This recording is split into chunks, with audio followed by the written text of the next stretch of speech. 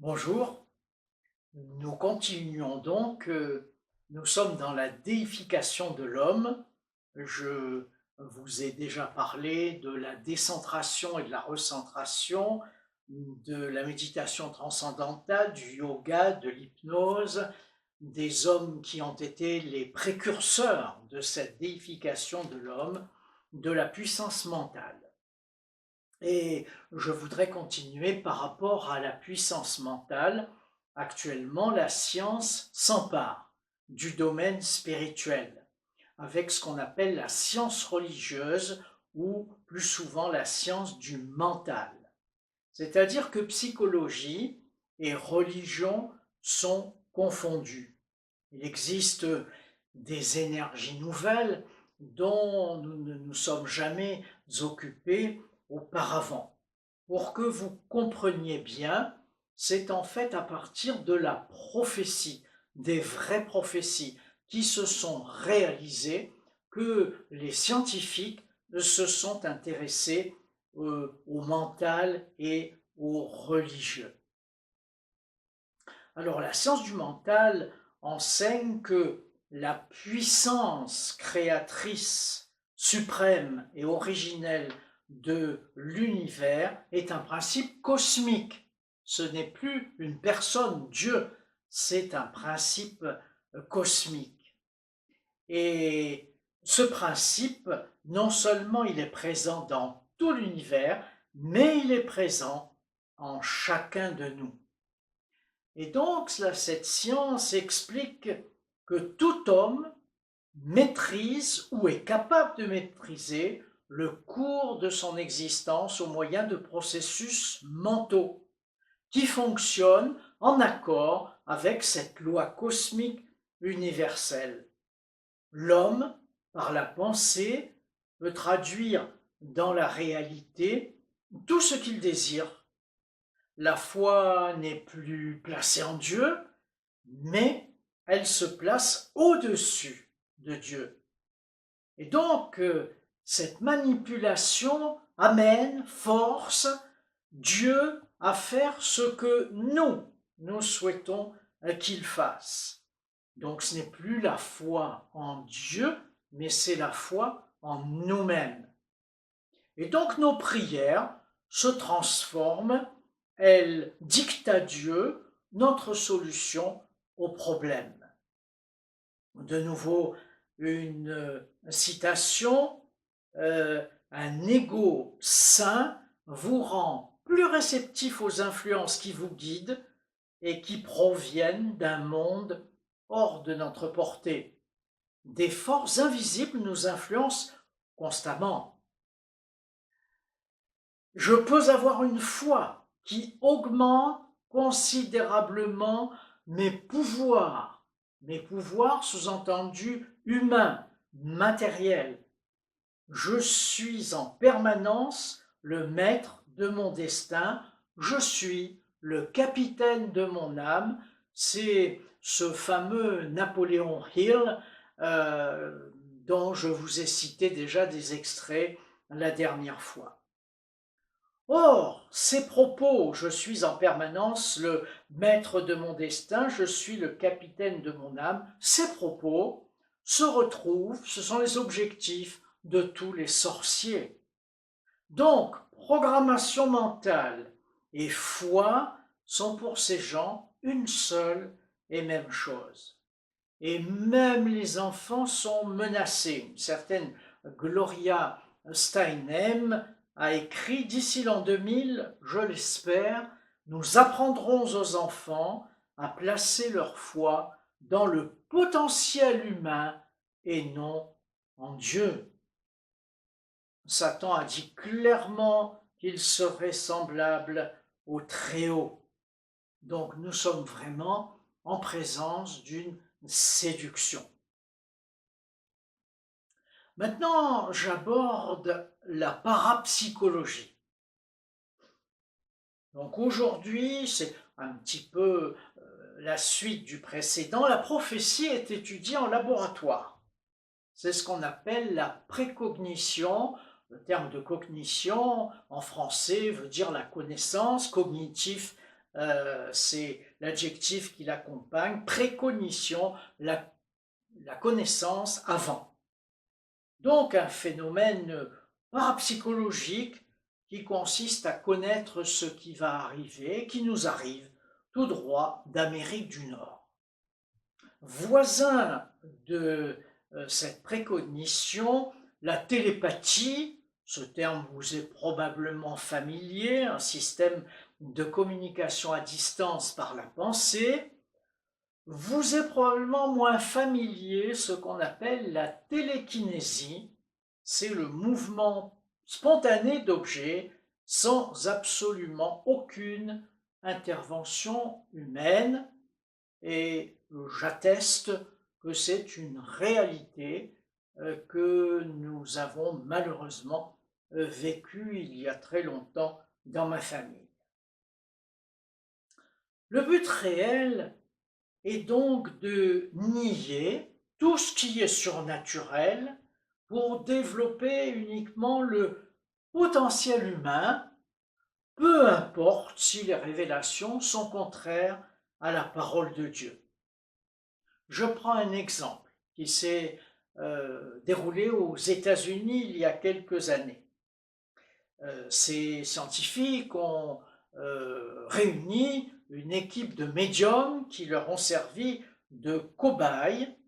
Dans un premier temps, un ordinateur a sorti un certain nombre de coordonnées terrestres aléatoires, donc latitude et longitude, définissant des points précis sur la Terre, et ont donné ces coordonnées aux médiums, et les médiums devaient décrire exactement ce qu'ils voyaient, qui habitait à cet endroit, comment ça se déroulait, et ils sont tombés juste à chaque fois.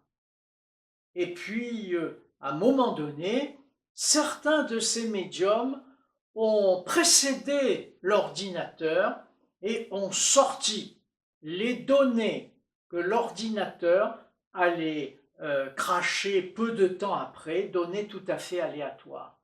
Donc vraiment, on est dans un domaine qui est quasiment un domaine de l'occultisme. Une doctrine qui a beaucoup gagné de terrain, c'est la doctrine de la réincarnation. La réincarnation n'est pas la résurrection. Il y a une grande différence. Jésus est ressuscité, il n'est pas réincarné. Et donc, notre vie actuelle dépend de notre karma passé. Une autre tendance très en vogue s'appelle le Reiki. Le Reiki, c'est la force de l'esprit, une énergie de l'esprit qui équilibre les énergies de la personne. Dans le pays qu'est la France, aujourd'hui, on ne les appelle plus des praticiens Reiki, mais des énergéticiens. Dans les séances d'hypnose, les patients donnent des détails, je quitte le Reiki, sur lequel je ne m'appesantis pas, même si je pourrais beaucoup le développer. Les patients, donc dans les séances d'hypnose, donnent des détails de leur famille d'avant leur propre conception.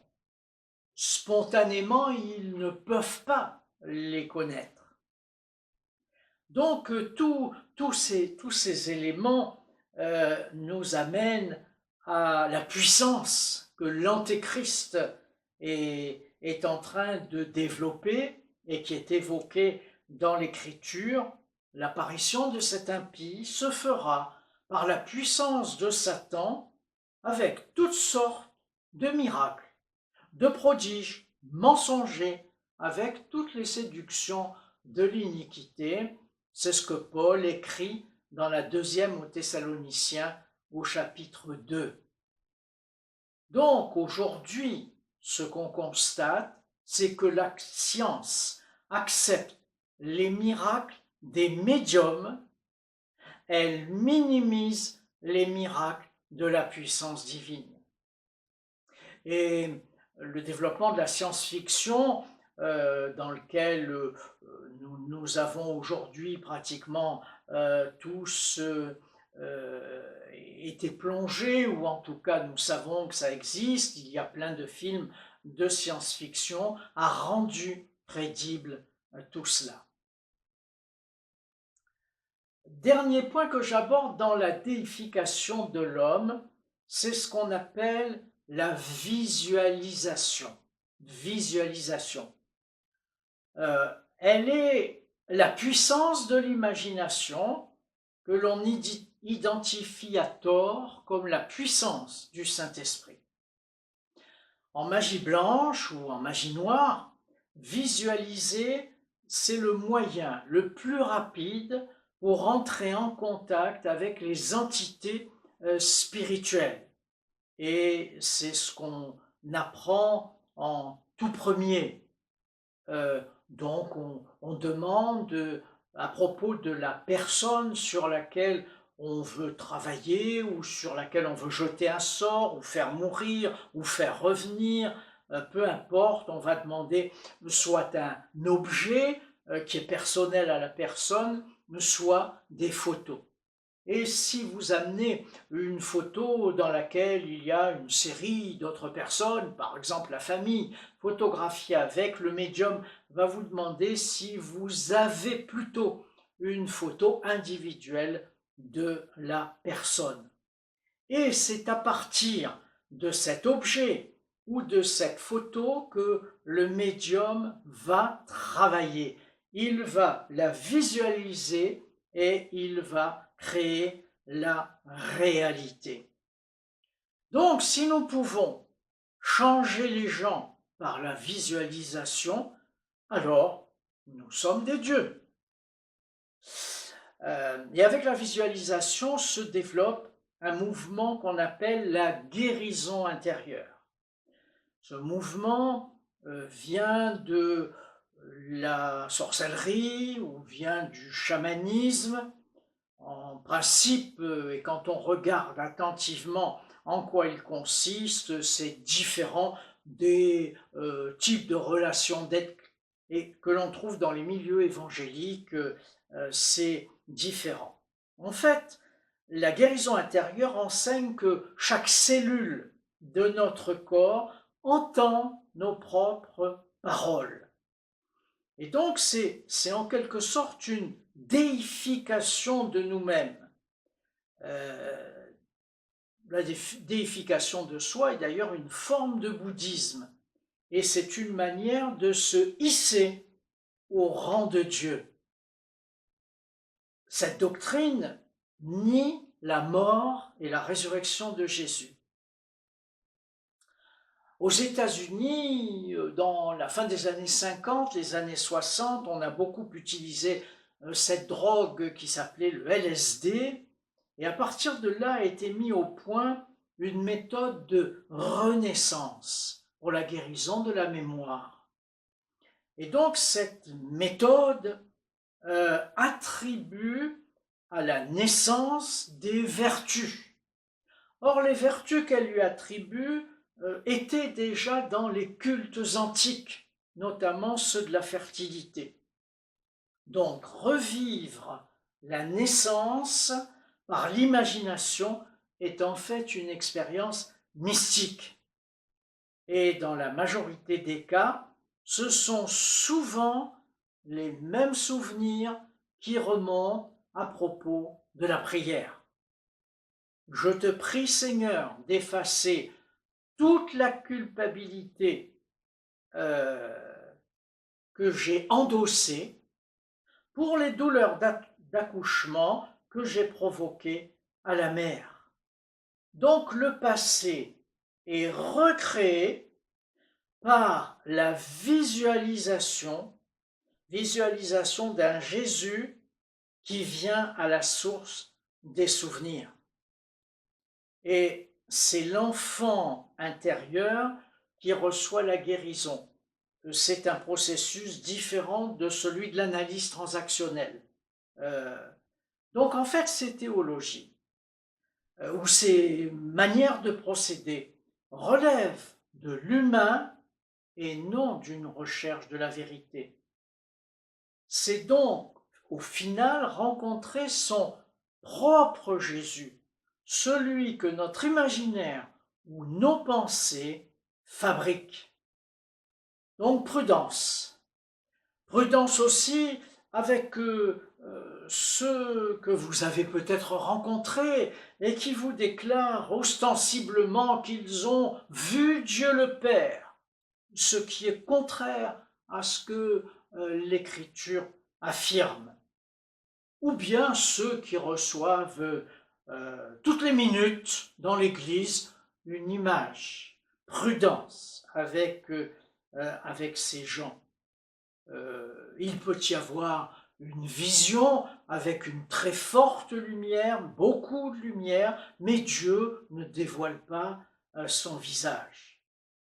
Et dans le travail du Saint-Esprit, il n'est pas question que le Saint-Esprit nous envoie la photo de Dieu ou la photo de Jésus ressuscité. Soyons fondés sur la parole est claire à ce sujet.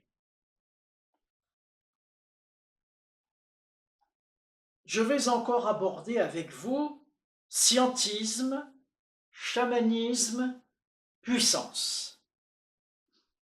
De même que Jeannès et Jean Brès s'opposèrent à Moïse, de même, ils s'opposent à la vérité, écrit Paul à Timothée dans sa deuxième épître au chapitre 3. On peut prendre l'exemple des Actes des Apôtres où un homme du nom de Simon, qui exerçait la magie dans la ville, provoquait l'étonnement du peuple. Tous disaient « celui-là est la puissance de Dieu appelée la grande ». Et aujourd'hui, Dieu n'est plus considéré comme le créateur de toutes choses. L'homme peut finalement lui-même devenir un Dieu. Alors le scientisme d'abord. Le scientisme pense qu'il y a d'autres galaxies dans l'univers, d'autres univers, avec des créations omniscientes, omnipotentes. Et leur espoir est qu'en regardant à ces créatures, ces personnes seront sauvées. Regardez à ces créatures qui sont dans l'espace et non au Dieu de la Bible. Pas de péché, pas de sauveur, pas de croix. Cela se retrouve aussi dans ce qu'on appelle les religions morales. Le confucianisme, le bouddhisme, l'islam par exemple. Mais aussi chez les théosophes, les philosophes de Dieu, qui parlent de contemplation de l'univers, de l'illumination intérieure, l'anthroposophie de Steiner, ou bien les spirites. On est en fait dans la sorcellerie. Sorcellerie qui repose sur des formules ésotériques et le médium devient l'intermédiaire entre les hommes et les esprits. Or, dans l'Ancien Testament, au livre du Deutéronome, chapitre 18, il est clair, il est interdit tout contact avec le monde spirituel.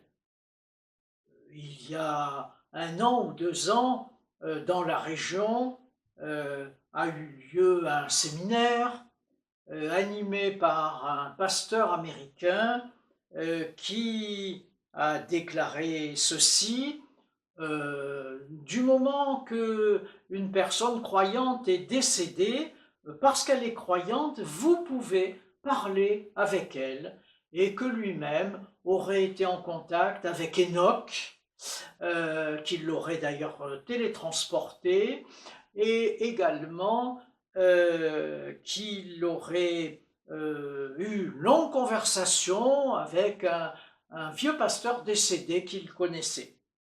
Donc, attention, ce n'est pas outre-Atlantique, mais c'est bien chez nous qu'il y a de fausses affirmations qui sont faites maintenant. Le tout en provenance de la Californie, ou bien encore d'aller sur la tombe d'un revivaliste ou d'un pasteur connu pour ses dons de guérison, pour ses dons de prophétie, afin de recevoir le même don. Or, je vous rappelle qu'au moment de la mort, il y a décomposition du corps, l'âme et l'esprit sont partis, donc par conséquent, ils ne se retrouvent pas dans une tombe, il n'y a plus que la poussière de la personne. Et la prière des sorciers suit une loi exactement identique. En français, magie et pharmacie, mageia et pharmakeia dans le grec, c'est-à-dire qu'un sorcier prend toujours des drogues ou pratique le yoga ou d'autres ascèses et ensuite il se livre à la magie. Or, le Dieu créateur, le Dieu que nous connaissons, n'est pas soumis à de telles lois et lui-même n'a jamais demandé à sa créature d'entrer dans de tels aspects. Je vais terminer avec le réveil du chamanisme. La visualisation, la création d'images mentales en sont au cœur. Ce sont des personnes qui communiquent avec le monde des morts et des esprits. Par exemple, le dieu égyptien Thoth, ou bien encore Hermès chez les Grecs, enseignait que le monde physique pouvait être transformé par la construction d'images mentales. Et le Dalai Lama lui-même a précisé que ces méthodes font partie du Tantra Yoga. Le Tantra Yoga, c'est celui qui permet une sexualité épanouie. Or, la visualisation, tout à fait différente des visions, est absente de la Bible. Par contre, elle est présente dans la sorcellerie, c'est une technique occulte. Dans le chamanisme, les paroles, les pensées, les images mentales ont la même puissance que des idoles de bois ou de pierre. Dans 1 Samuel 15, il est écrit « Voici l'obéissance à Dieu vaut mieux que les sacrifices, car la rébellion vaut bien le péché de divination et la résistance vaut l'injustice et les téraphimes. » Or, le chamanisme promet la guérison, la transformation en contactant un univers parallèle, celui de l'esprit, où serait soi-disant puiser cette énergie. Et ce contact, c'est à partir de notre mental qu'il serait opéré. Les pensées que nous formons et les paroles que nous prononçons deviennent les véhicules de la puissance spirituelle. Et au fond, c'est accepter que notre propre moi remplace Dieu. Et lorsque l'on entre dans ces pratiques-là, on s'ouvre à la puissance de Satan. Depuis quelques années, il y a un rapprochement qui s'opère entre les différents chamanismes continentaux. Chaque continent de notre Terre a des chamans, mais qui ont des esprits, des pratiques différentes les unes des autres, même si tous travaillent avec le monde des ténèbres. Or, Dieu interdit tout contact avec le monde des anges, des démons ou des esprits des morts. Donc, nous ne devons pas avoir foi dans notre foi, mais faire attention que les dons de l'esprit, l'esprit avec un E majuscule, les dons du Saint-Esprit, ne soient pas, ne se transforment pas, ne deviennent pas des pouvoirs médiumniques. Il y a d'ailleurs des principes bibliques appliqués, la soumission au Saint-Esprit. Le Saint-Esprit n'est pas notre domestique. Si nous commandons le Saint-Esprit et en faisons notre domestique, je sais que peut-être je vais heurter dans mes propos, nous sommes dans de la voyance évangélique. Enfin, beaucoup de chrétiens qui veulent plus de puissance succombent souvent à la tentation de contrôler cette puissance par des lois, des principes, des méthodes. Ils enferment ainsi Dieu dans une boîte, oubliant que le Saint-Esprit qui est Dieu est aussi créateur. Et donc, le sorcier qui remplace Dieu par une forme impersonnelle et métaphysique comme une science, nous risquons de tomber dans la même ornière. Une citation, la puissance de la prière est une manifestation d'énergie. Exactement de la même manière qu'il existe des techniques scientifiques pour libérer l'énergie atomique, il existe aussi des procédures scientifiques pour libérer l'énergie spirituelle par la prière. Norman Vincent Peale. La prière est réduite à des lois physiques, alors que la prière est d'abord un dialogue, une relation avec Dieu le Père à travers Jésus, assisté du Saint-Esprit. Donc attention à ne pas vouloir connaître Dieu pour utiliser sa puissance à nos propres fins. Attention aussi à ne pas affirmer être dans la soumission à Dieu alors que sa vie en nous en est la négation. Voilà, je vous encourage à réfléchir, peut-être à réécouter, parce que j'ai dit beaucoup de choses et que c'était dense.